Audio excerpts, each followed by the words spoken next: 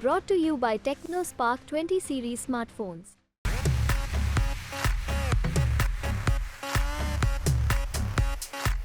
नहीं तो एक जो राहुल गांधी जी के भाषण का बार बार जिक्र हो रहा है कि उन्होंने कहा पहले हम कास्ट सेंसस करेंगे, मतलब एक्सरे करेंगे कि देश की, उसके बाद उन्होंने कहा कि एक इकोनॉमिक सर्वे होगा, फाइनेंशियल सर्वे होगा और फिर क्रांति होगी।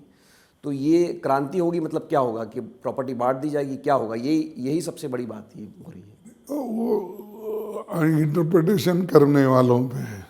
जैसा देखो ऐसा होता है,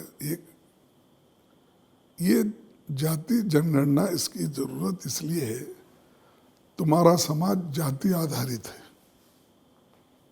आप क्या हिंदू एक है बोल के नहीं बोलते, पहले तो उसको पूछते हैं आप कौन है, मैं हिंदू।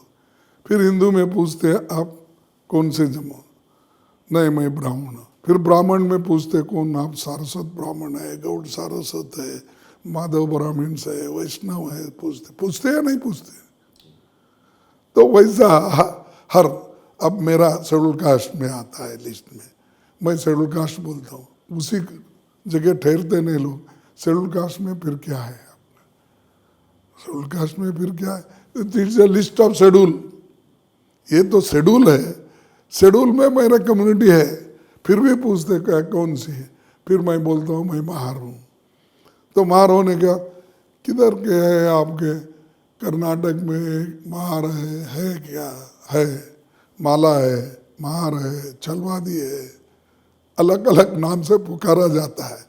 तो हमारे देश में जाति आधारित सब चीज़ें होते हैं और आप हमको बोल रहे हैं कि तुम क्यों करते।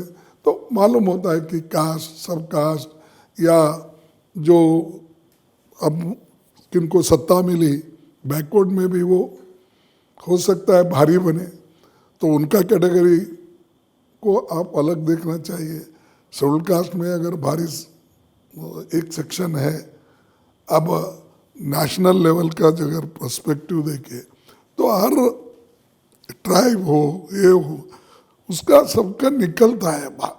सच्चाई जानने के लिए हम कर रहे हैं। तो उनकी इकोनॉमिक स्टेटस क्या है, एजुकेशन स्टेटस क्या है, उनका पर कैपिटा इनकम क्या है, उनके पास कितनी ज़मीन है, कितने लोग उनके कम्युनिटी में ग्रेजुएट्स हो गए। ये सारी चीज़ें अगर आप समझेंगे तो वो कैटेगरी वाइज करके उनको सहूलत जो देना है देना, और जिस जगह हमको जोर देना है उनके कल्याण के लिए दे सकते हैं।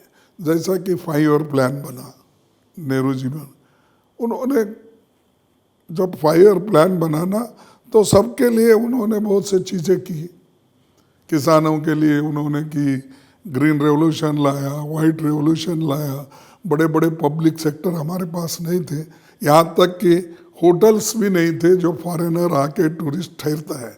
तो इसीलिए अशोका जैसे, कनिष्का जैसे होटल बने हर जगह, उस वक्त की ज़रूरी थी है बनना।